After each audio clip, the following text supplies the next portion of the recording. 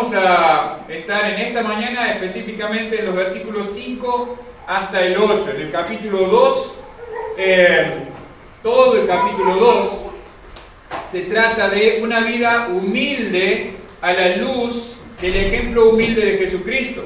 Pero en especial quiero recordarles por qué Pablo está llegando a este punto. Y lo primero que vimos en el capítulo 1 era Pablo orando por el crecimiento de la iglesia de Filipos, Pablo animando a la iglesia de Filipos a vivir como Cristo y agradeciendo y animando que además o más allá de las persecuciones o de las contiendas que Pablo estaba sufriendo por estar preso en Roma, él decía: para mí el vivir es Cristo y el morir es ganancia. Pablo estaba confiado en que más allá de que quedara o el Señor lo llevara a su presencia, Dios iba a ser glorificado. Las últimas 2 semanas estuvimos viendo acerca de que debemos estar firmes, hermanos, firmes, más allá de los problemas externos, como veíamos sobre el final del capítulo 1, o más allá de los problemas internos, ¿sí? Los problemas internos. Debemos estar con nuestra mirada puesta en Cristo, con nuestra mirada puesta en, específicamente, el andar de Cristo, el andar en Cristo. Vamos a leer los versículos 5 hasta el 8 en esta mañana. Dice la palabra de Dios, empezando en versículo 5.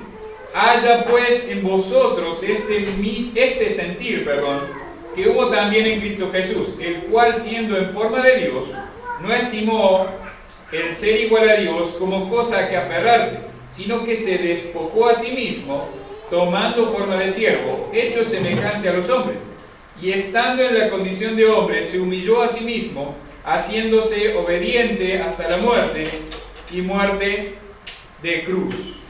Entonces, ¿cuál es nuestro ejemplo definitivo de humildad?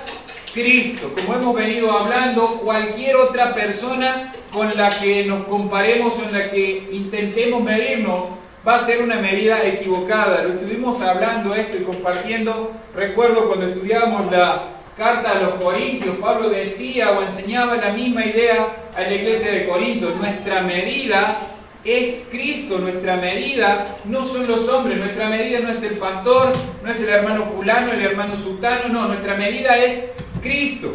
Toda nuestra vida está filtrada a la luz de Cristo, a la luz de Cristo.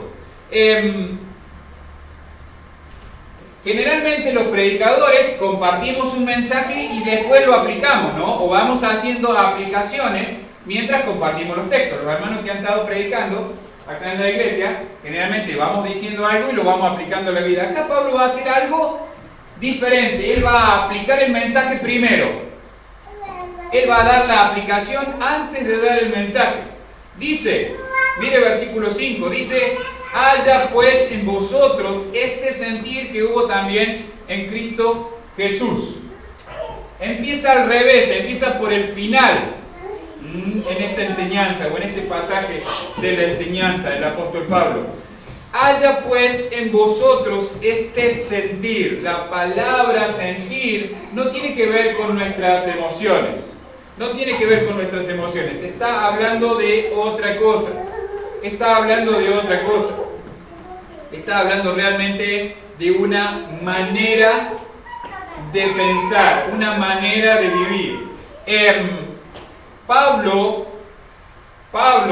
está diciendo que nosotros tenemos que elegir vivir como Cristo. Tenemos que elegir vivir como Cristo. Haya pues en vosotros, tenemos que tomar la decisión de andar y caminar como Cristo anduvo. Veíamos esta mañana en el estudio bíblico del libro de los Hechos, que en el capítulo 19, que se menciona 2 veces a los del camino. A los del camino. Falta un rato todavía en la historia que estamos viendo para que se nos empiece a llamar cristianos. Todavía se los conocía en este momento como los del camino. ¿Por qué los del camino? Porque Jesucristo dijo de sí mismo que Él era el camino, Él era la verdad y Él era la vida. Entonces, si yo tengo la vida de Cristo, si yo tengo la verdad de Cristo, tengo que caminar en el camino de Jesucristo. Tengo que caminar en el camino de Jesucristo. Y eso es una elección diaria, hermanos. Una elección diaria. ¿Cómo voy a poder caminar en el camino de Jesucristo? Con la palabra de Dios. Haciendo lo que la palabra de Dios dice que haga. Hablábamos con los hermanos también en el estudio bíblico de los Hechos, que el apóstol Pablo tenía colaboradores, ¿no? Lo veíamos ahí cerca de versículo 21 y 22. Pablo tenía colaboradores fieles que le ayudaban en la obra, y ellos también seguían el liderazgo de Pablo, porque Pablo estaba caminando con Cristo, como dijo a los corintios, y también ahora le dice a los filipenses. A los corintios les dijo: sed imitadores de mí, así como yo de Cristo. Entonces, el apóstol Pablo tenía la autoridad porque su vida reflejaba un querer andar en el Espíritu. Un querer andar en el Espíritu. Estuvimos viendo la semana pasada y la anterior también, acerca de lo que son los frutos del Espíritu y lo que son los frutos de la carne. Cuando nosotros andamos en el Espíritu, vimos en Gálatas qué es lo que produce el Espíritu. Produce unidad. Ahora, cuando andamos en la carne, si nosotros vivimos en la carne, eso va a producir justamente todo lo contrario: ira, contienda, peleas, disensiones. Andar en el Espíritu produce unidad. Jesucristo es el que produce o el que mantiene la unidad de la iglesia. ¿Por qué? Porque andamos en el mismo Espíritu, porque tenemos el mismo Espíritu. Entonces, Pablo desafía a los Corintios, Efesios, Filipenses, Gálatas, Filipenses. Pero, ¿por qué se me confunden las iglesias? Porque el mensaje es el mismo.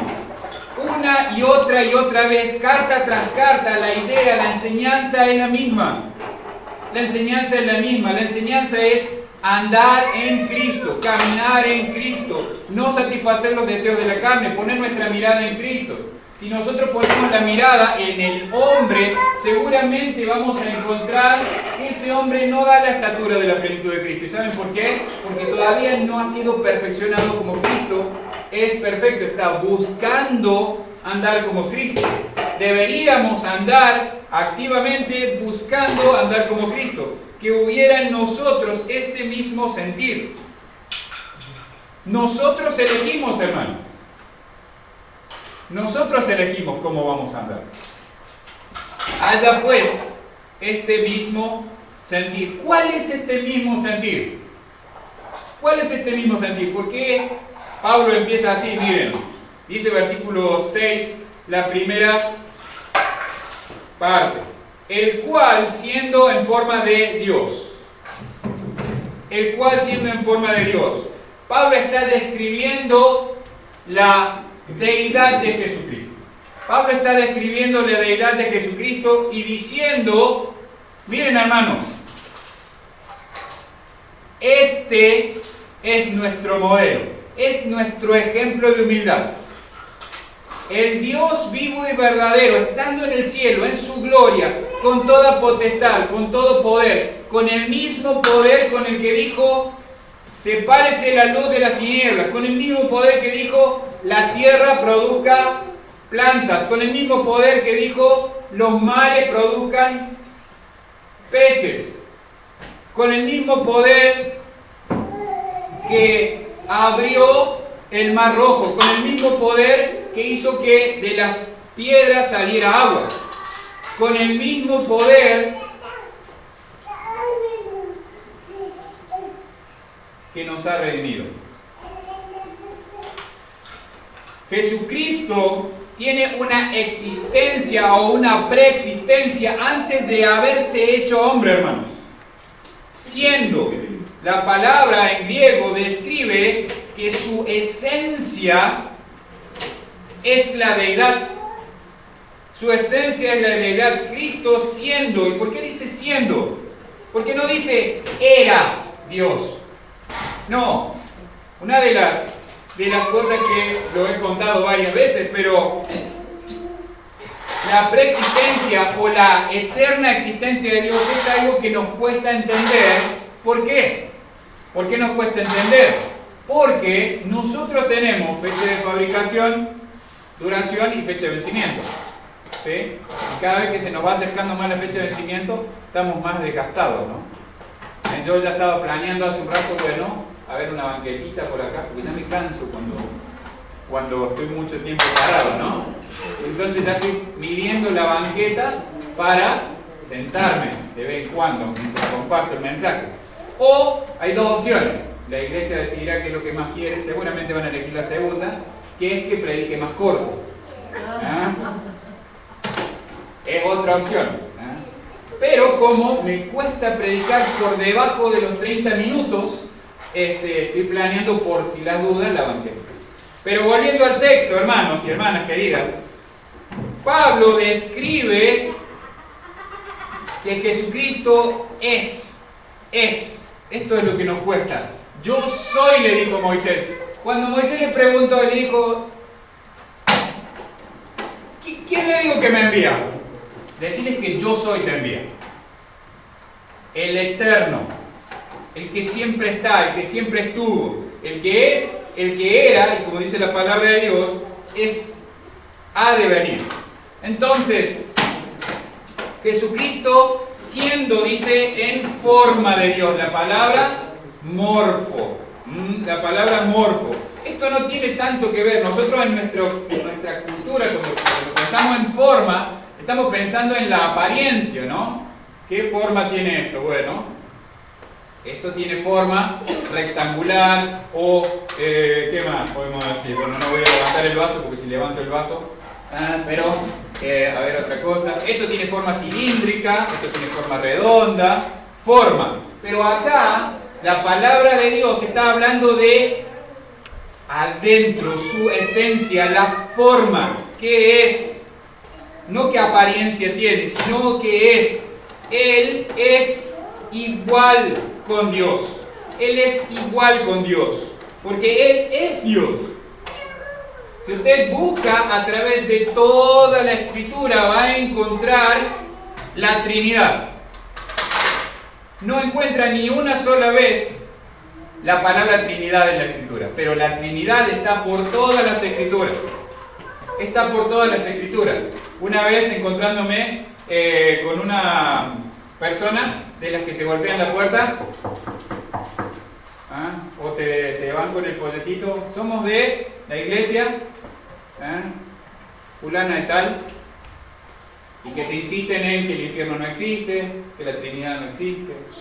Bueno, charlando un ratito pudimos ver de que la Trinidad está por toda la Escritura. Entonces, Cristo tiene la esencia, no se trata de la apariencia. Él tomó nuestra forma, pero su forma, su esencia es la deidad. Entonces, esta es la verdadera naturaleza de Dios. Dios no necesitaba humanarse para hacer lo que hizo. Jesucristo no necesitaba humanarse para hacer lo que hizo. Pero vamos a ver que Él se humilló al tomar nuestra forma, hermanos. Jesús no se aferró, no se adhirió a su deidad. Tenía derecho de hacerlo, tenía la potestad de no contaminarse con nuestra forma, sí. Dice la segunda mitad, el primero dice, el cual sirve en forma de Dios. La segunda mitad dice, no estimó el ser igual a Dios como cosa a que aferrarse. No se agarró a su deidad, no se agarró a su potestad, no se aferró al poder que él tenía, no discutió con su padre diciendo, pero Señor, pero papá, vamos a decirle, vamos a hablarlo más coloquial, pero padre, si nosotros tenemos el poder para hacer esto, ¿Por qué tengo que hacerlo? No dijo eso. La Escritura no nos dice en ningún lugar que él discutió. Simplemente lo encontramos en forma humana en el huerto de Getsemaní diciendo: si cabe la posibilidad de que yo no pase por esto, bien. Pero que no se haga mi voluntad, sino la tuya. No estimó como cosa a qué aferrarse. Jesucristo tenía privilegios por su deidad. Tiene privilegios por su deidad. Pero no le interesaron esos privilegios tanto como, primero que nada, obedecer a su Padre. ¿Está tomando nota? Lo que más le interesaba a Jesucristo era obedecer a su Padre. No le importó él, no le importó lo que tenía que hacer, lo que le importó era obedecer a su Padre. Tenía privilegios, tenía derechos. Este es mi derecho, yo me planto acá. No. Lo primero que estaba en su corazón era obedecer a su Padre. Él tenía el derecho y decidió no aferrarse. Decidió no aferrarse. Decidió hacer justamente lo que dice versículo 7. Dice: sino que se despojó a sí mismo tomando forma de siervo, hecho semejante a los hombres. Hecho semejante a los hombres. Hay una enseñanza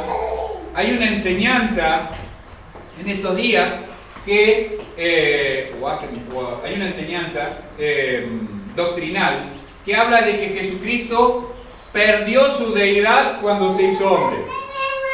Perdió su omnisciencia, perdió todo eso que Él tiene como Dios. La Escritura no nos dice en ningún lugar que eso haya pasado.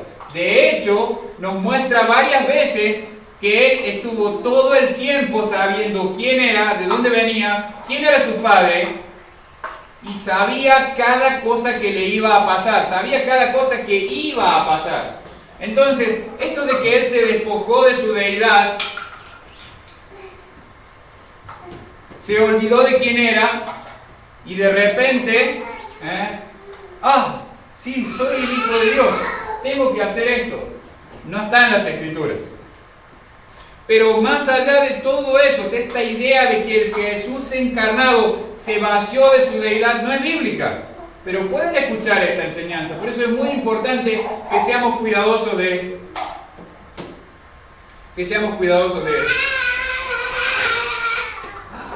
quiere jugar. Él se despojó de este derecho. No se despojó de su deidad, solo se despojó del derecho. ¿Y por qué lo hizo? ¿Por qué lo hizo?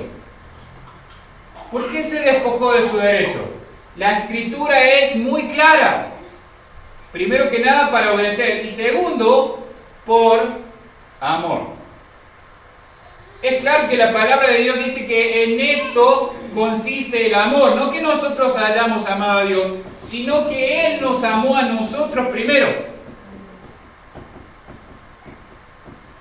Él nos amó a nosotros primero. ¿Por qué yo renuncio a mis derechos?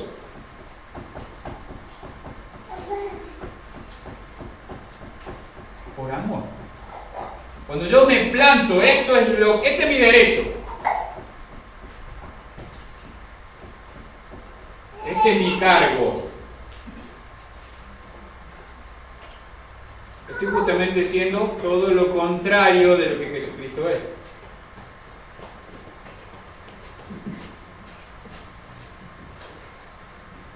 Miren, dice tomando forma de siervo. Todos sus atributos, toda su deidad, toda su igualdad a Dios, Él no la tomó como algo que era tan importante o más importante que el servir a Dios. ¿Y servir de qué forma? Servir como hombre. La palabra que dice ahí tomando forma de siervo, es una palabra griega que no implica cambiar de forma, implica agregar, adición, agregar a su naturaleza divina, hecho semejante a los hombres. Él se hizo semejante a los hombres. Tomó la apariencia externa de un hombre, pero el Dios vivo y verdadero estaba dentro. Él tomó la forma de hombre. No es que dejó su deidad en el cielo y se hizo hombre. El hecho de que Él sea 100% Dios, 100% hombre, es lo que hizo que Él jamás pecara.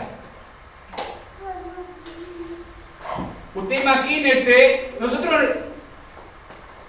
sin Cristo, ¿qué dice la Biblia que somos? Infractores de la ley. ¿No dice eso que somos infractores de la ley? ¿Por qué? Porque desde que tenemos un poquito de entendimiento, ya empezamos a quebrantar la ley. Tenemos ahí a Alan que está corriendo, y los papás no me van a dejar mentir, pero cuando le dicen Alan, no, ¿qué es lo que generalmente hace Alan? Agarra o toca, ¿sí? Los niños, desde que tienen un poquito de conocimiento, ya intentamos desobedecer, es natural la desobediencia, y ya quebrantamos la ley de Dios, ya somos pecadores, entonces Él se hizo semejante a nosotros, pero sin pecado. Sin pecado. Él tomó la apariencia externa de humanidad. Él podría haberse aparecido, por decirlo de alguna manera, con nuestra apariencia de un hombre maduro. ¿Tenía el poder para hacer eso? Sí. ¿Lo tiene? Sí. Pero Él quiso mostrarnos el ejemplo de toda una vida de obediencia. Miren las Escrituras, hermanos. Desde pequeño, Él siempre fue obediente a sus padres. ¿Cuándo encuentro yo en las Escrituras que Jesucristo deja de estar bajo sus padres? Cuando Él salió de la casa de su mamá. Él se hizo independiente de su mamá. Él ya no vivía bajo la autoridad de sus padres, pero mientras estuvo bajo la autoridad de sus padres, Él obedeció a sus padres. Dice la Escritura que Él crecía en gracia para con Dios y en gracia para con los hombres. ¿Recuerdan en el templo? Se quedó charlando con los rabinos. Los rabinos estaban... ¿Qué sabiduría la de este mocoso, vamos a decir nosotros, diríamos ahora, ¿no? Tan chiquito, ¿de dónde saca todo ese conocimiento? Él le dijo a sus padres, en los negocios de mi padre me es necesario estar, pero se fue con sus padres. No le dijo, no, vayan ustedes que yo me quedo acá. Se fue con sus padres. Encontramos en las Escrituras que él ya fuera de su casa, dejó la casa de su mamá, dejó la casa de su papá, dejó de vivir con sus hermanos, se mudó, vivía independientemente. Cuando su mamá viene, él dice, bueno, mi mamá ahora va a tener que esperar porque yo tengo una tarea que hacer. Nunca faltó el respeto a su mamá, nunca deshonró a su mamá, pero él fue fiel a lo que Dios le había mandado hacer. Pero volviendo al texto, Él se humilló al tomar nuestra forma, Él se hizo semejante a nosotros. Dice versículo 8, miren, vamos a estar un poquito más acá.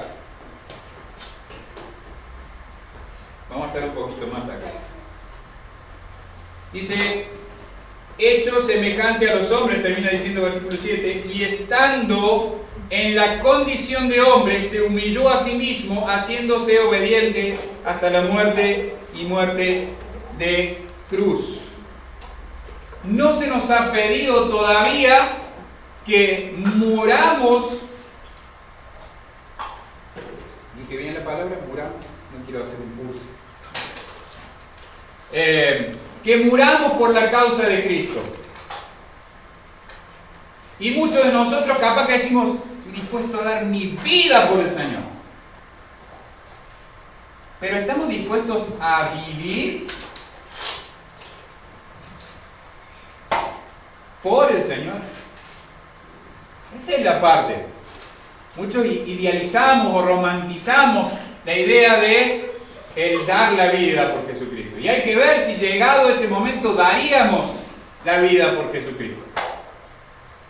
Muchos de los primeros cristianos y hoy en día de cristianos dan literalmente su vida por Cristo.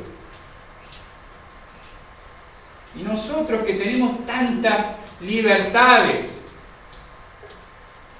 no somos capaces de vivir como Cristo. Se humilló a sí mismo haciéndose obediente hasta la muerte y muerte de cruz. Mire, solo el hecho de experimentar que Él bajó de su trono de gloria, ya hay una humillación. Él dejó su trono de gloria, Él bajó del cielo, Él se hizo igual que nosotros, tomó nuestra condición. De esta manera mostró su obediencia incondicional a su Padre. La Biblia enseña que el Padre y el Hijo y el Espíritu Santo son iguales en deidad. Pero sí vemos que hay un orden en la Biblia. El Padre envió al Hijo, el Hijo envió al Espíritu Santo. Los tres tienen diferentes oficios dentro de la redención del hombre. Se humilló a sí mismo. Se humilló a sí mismo cuando Él tomó la forma de hombre. ¿Podría haber tomado forma de ángel? Sí, dice que los ángeles son superiores a los hombres. Él podría haber tomado la forma de un ángel de luz y todos en el pueblo hubieran estado maravillados por este ángel que traía esta revelación al pueblo. Pero Él tomó forma de hombre, no tomó forma de ángel. Se humilló por el lugar donde nació. Él es el Rey de Reyes. Y nació en el lugar más humilde, más oscuro, en un pesebre, en un establo. Él se humilló porque no nació rico. Su papá no era rico, su mamá no era rica. Era una familia trabajadora, como cualquiera de ustedes que trabaja para su sustento. Su papá era un carpintero. Muchas veces nosotros pensamos en el carpintero moderno, el que hace mesas, el que hace sillas. Recuerde que en el contexto del nacimiento de Jesucristo no se usaban las sillas para sentarse a comer. No se usaban las sillas para sentarse a comer. Se recostaban para comer. No es que no hacían cosas en madera, pero tenía más la idea de un constructor. Trabajaban la piedra, otras cosas. Eso es lo que realmente un carpintero del tiempo de Jesucristo. Como les dije, Él se humilló al vivir todas las etapas de la vida de un ser humano. Tuvo que esperar el tiempo justo para empezar a predicar el Evangelio. Como les dije, ¿recuerdan ese niño de 12 años debatiendo con los rabinos en el templo? Tenía más conocimiento, menos conocimiento que el hombre de 30 y tantos años, dependiendo el historiador. No, tenía el mismo conocimiento, pero no era el tiempo de Dios. Dios había establecido que pasaran ciertas cosas antes de que Él comenzara a predicar. El profeta que Él había enviado antes de Jesucristo tenía que menguar para que Jesucristo creciera. Él se humilló al someterse en obediencia a seres humanos finitos, terrenales, pecadores. ¿Pensó alguna vez en esto? El Dios vivo y verdadero, encarnado, se sometió mostrándonos el ejemplo de obediencia a sus padres terrenales. Él se humilló al tener que aprender un oficio. ¿Quién inventó el oficio? ¿Quién le dio el conocimiento al papá para que fuera un carpintero? Él. Pero él aprendió de su papá. ¿Pensaron en esta cosa alguna vez? Yo cuando estoy pensando y viendo todo esto digo, wow. Como les decía, él tuvo que esperar desde el día de su nacimiento hasta unos 30 años, 33, 35, en que su ministerio público comenzara. Él se humilló al estar rodeado y contaminado con los pecadores, ¿no? ¿De qué cosas lo acusaban a Jesucristo? De glotón y de borracho. ¿No lo acusaban de eso?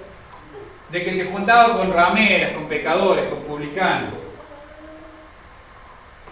Él se humilló recorriendo cientos de kilómetros a pie. Él tenía el poder para ir de un lugar al otro diciendo, quiero estar en Cesarea Marítima, me voy a Cesarea Marítima. Y aparecer en Cesarea Marítima sí tenía el poder. Pero él vivió como nosotros. Se humilló porque él permitió ser tentado. Le permitió al diablo que lo tentara. Hola, ¿cómo estás? Bienvenido. Hace mucho que no venís. Mírase. Él se humilló y soportó hambre, bueno, sed, cansancio. Él se humilló porque quería obedecer totalmente a su Padre Celestial. Él se humilló al elegir morir en la cruz. Él se humilló en la agonía de su muerte. Él se humilló en la vergüenza, en las burlas, en la humillación pública. Va a tirar la cama. Muy bien, ahí está. Hagámosle un cerco ahí de sillas. Está re inquieto, está hermoso. Extrañaba la babada. Dale. Él se humilló, hermanos, amigos, al hacer cada cosa que hizo. Él se humilló al tomar esa forma de hombre y venir a pagar por los pecados de cada persona de este mundo. Él podría haberlo hecho con su sola palabra, así como con su sola palabra creó todo lo que vemos y existe. Él con su sola palabra podría haber dicho que los pecados de todos sean perdonados. Pero no lo hizo. La crucifixión, hermanos, dice obediente hasta la muerte y muerte de cruz. Esta muerte de cruz era una muerte vergonzosa, humillante, era la peor de las muertes. Una de las cosas que aprendimos cuando estuvimos en Jerusalén es que los romanos realmente usaban esto como un arma de persuasión masiva. En las avenidas principales construían una especie de pedestales, vamos a decirlo así, de más o menos unos 3 escalones, contra la pared, y ahí ponían la cruz y clavaban a la persona, en plena avenida, y lo dejaban todo el mayor tiempo que se pudiera. Miren qué lindo mensaje que daban para sus enemigos y detractores los romanos, ¿no? Decían, bueno, hoy hablan mucho de la publicidad y del marketing, y lindo marketing que tenían, ¿no? Para decir, ¿querés estar en contra mía? Bueno, esto es lo que pasa a los que están en contra mía. La humillación de haber sido desnudado como hombre públicamente, de haber sido azotado, de haber sido avergonzado. ¿Por quién? Por causa de nosotros. Para los judíos, la crucifixión era la peor humillación. Si usted me acompaña a Deuteronomio, capítulo 21,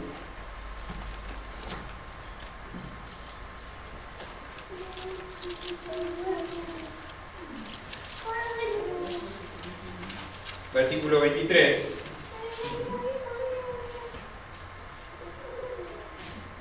Deuteronomio 21, 23.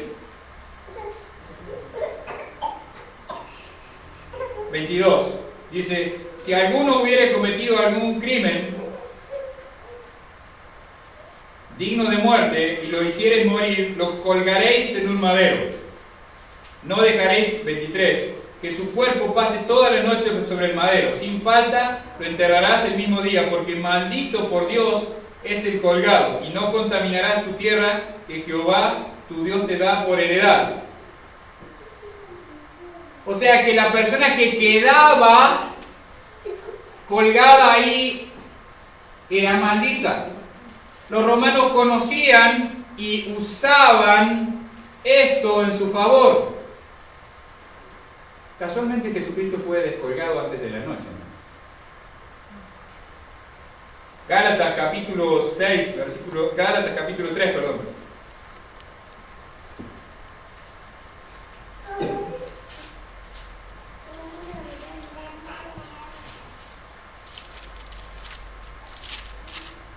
Recuerda el apóstol Pablo a los Gálatas este mismo pasaje, dice, versículo 3, Cristo nos redimió de la maldición de la ley, hecho por nosotros maldición, porque está escrito, maldito todo el que es colgado de un madero. Entonces, para la cultura judía, hermanos y hermanas, esto era lo peor que podía pasar. Esto era lo peor que podía pasar.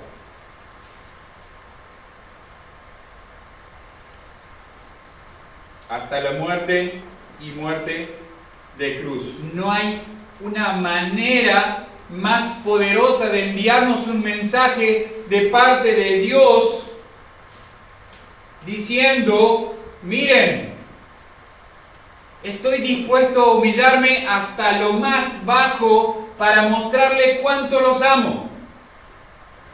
Cuánto los amo.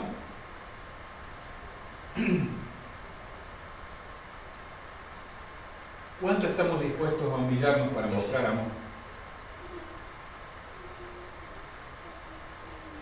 ¿Cuánto estamos dispuestos a humillarnos para mostrar amor?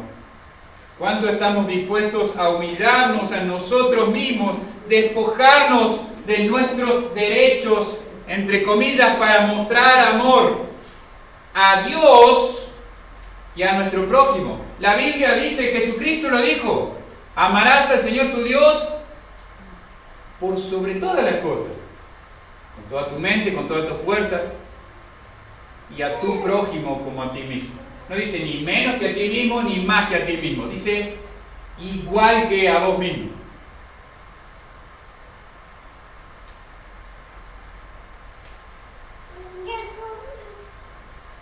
No hay ninguna demostración más grande de amor que la que Jesucristo hizo en la cruz. Esa humillación que Jesucristo hizo en la cruz, esa humillación de dar su vida llevando sobre sí el pecado. Dice Pablo a los Corintios que por nosotros lo hizo pecado. Mira, hay una diferencia entre ser hecho pecado y ser hecho pecador. Jesucristo nunca fue un pecador. Y Dios no lo hizo un pecador. Y no lo hizo maldito, ¿vieron? Dice, fue hecho maldición.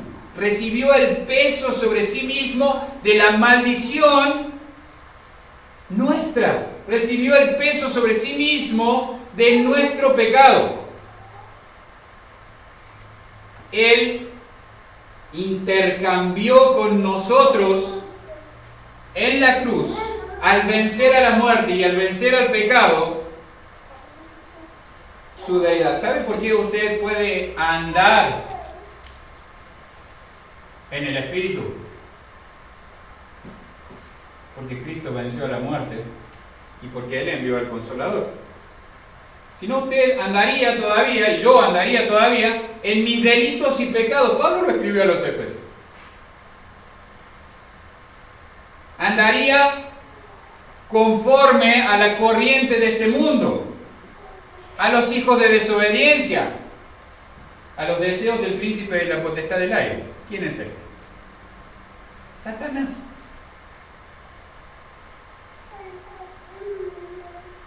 Así andábamos.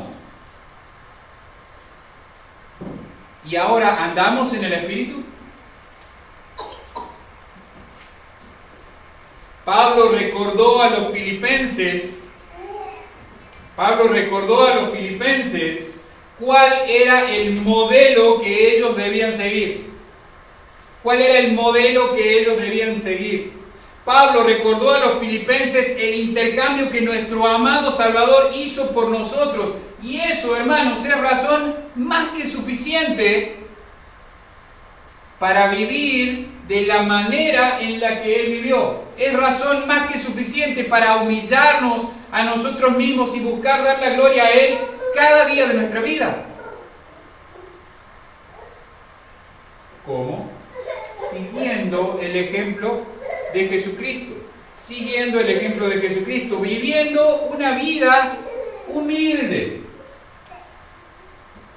Viviendo una vida, como veíamos la semana pasada, estimando al otro en el pasaje anterior.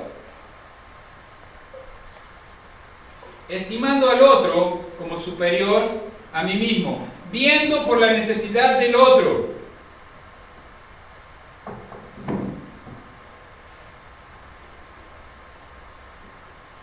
Una de las cosas, termino con esto, que más me ha impactado del estudio de la carta de Filipenses y al mirar todo el trabajo del apóstol Pablo en el contexto del Nuevo Testamento, es que,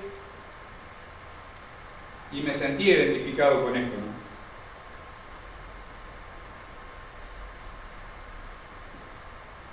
Es que Pablo, una y otra vez, escribe a las iglesias de que no es tan importante que Él esté ahí, por atrás de ellos, diciéndoles cada cosa que tienen que hacer. Lo importante es que los hermanos, y les dice a los filipenses, y les dice a las iglesias de Éfeso, y le dice a la iglesia de Éfeso, le dice a las iglesias de Galacia, le dice a cada iglesia, hermanos, no se trata de si yo estoy o no estoy con ustedes. Ustedes se tienen que comportar de esta manera porque es digno de Cristo que se comporten de esta manera. En esta carta específicamente, Pablo les dice a los filipenses,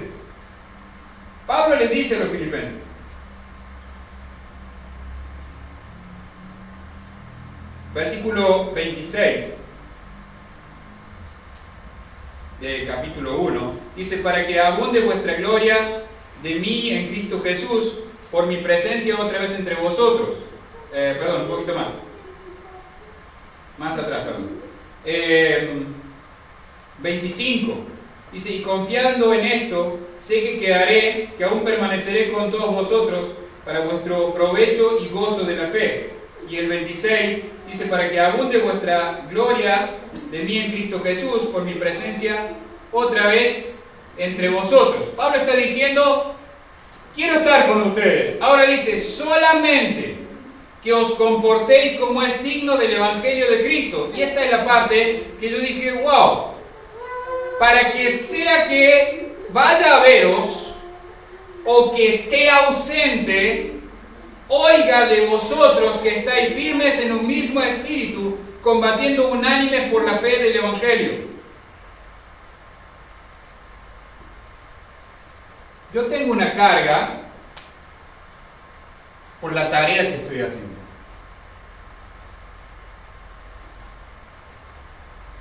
Un tiempo en una iglesia, un tiempo en otra iglesia. Estoy orando y estamos trabajando para que eso cambie en el tiempo en el que el Señor lo disponga.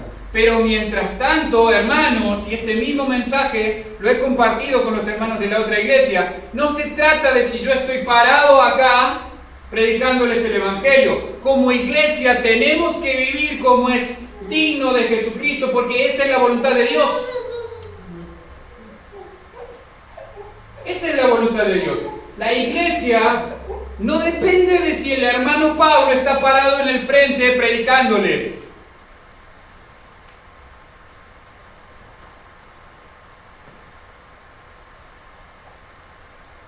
La iglesia debe vivir como Cristo quiere que viva, porque este hermano Pablo mañana se puede ir. Nadie sabe. Se puede ir, le estoy diciendo. Ya va a decir mi esposa, ya te agarró como tu...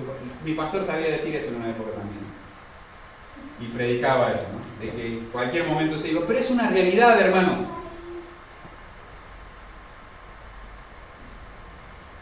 Yo no quiero irme, como dijo el apóstol Pablo acá, ¿no? Pero voy a vivir cada día de mi vida, o tratar de vivir, hacer un esfuerzo intencional por vivir cada día de mi vida, buscando la gloria de Dios. Pensando en que, ¿saben? Estaba con Pablito, el Pablito Falcón, el otro día volvimos a empezar a estudiar la Biblia juntos. O retomamos, mejor dicho, el estudio bíblico. Y yo le decía que yo también tengo un mentor. Y él me decía, ¿cómo que tenés un mentor? Si yo también tengo un mentor. Yo también tengo a alguien a quien sigo. Alguien que me comparte la palabra de Dios, porque no es que llegué al tope, yo como soy pastor, bueno, ya llegué al tope, ya nadie me puede enseñar a mí la palabra de Dios. De hecho, cualquiera de ustedes puede compartirme la palabra de Dios. Yo esta mañana, escuchando a los hermanos, compartiendo el libro de los Hechos, aprendí un montón de cosas y compartimos la palabra de Dios. El día que yo crea que sé todo lo que necesito saber, estoy frito, hermanos. Porque me volví un orgulloso, estoy envanecido de mí mismo. Yo tengo mucho que aprender, hermano. Yo estoy aprendiendo. Hermanos, debemos vivir, termino con esto. En serio termino. Siempre me dicen, cada vez que decís termino con esto, después le pegas media hora más. No, estoy terminando. Miren, cierro la Biblia en señal de que guardo el bosquejo, en señal de que no sigo. Pero puedo predicar sin Biblia y sin bosquejo. No, me dicen de atrás. No, ya está. Hermanos, debemos vivir con nuestra mirada puesta en Cristo.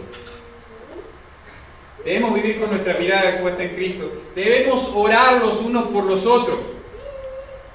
Debemos de ser intencionales en predicar el Evangelio a las personas sin Cristo. Hermanos, ¿a cuántas personas intencionalmente le has hablado de Cristo en esta semana?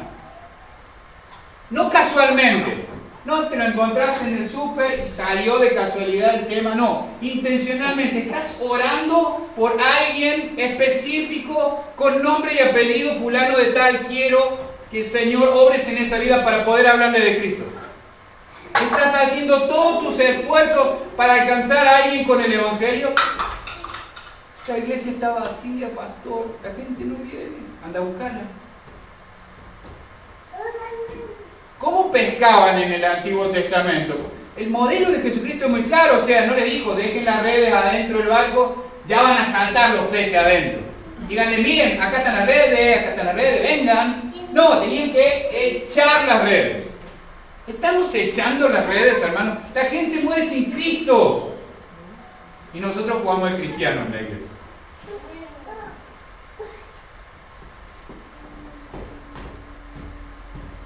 Estamos creciendo, edificándonos, capacitándonos bíblicamente para edificar la iglesia, para fortalecer la iglesia. Hermano, Cristo viene pronto. Cristo viene pronto.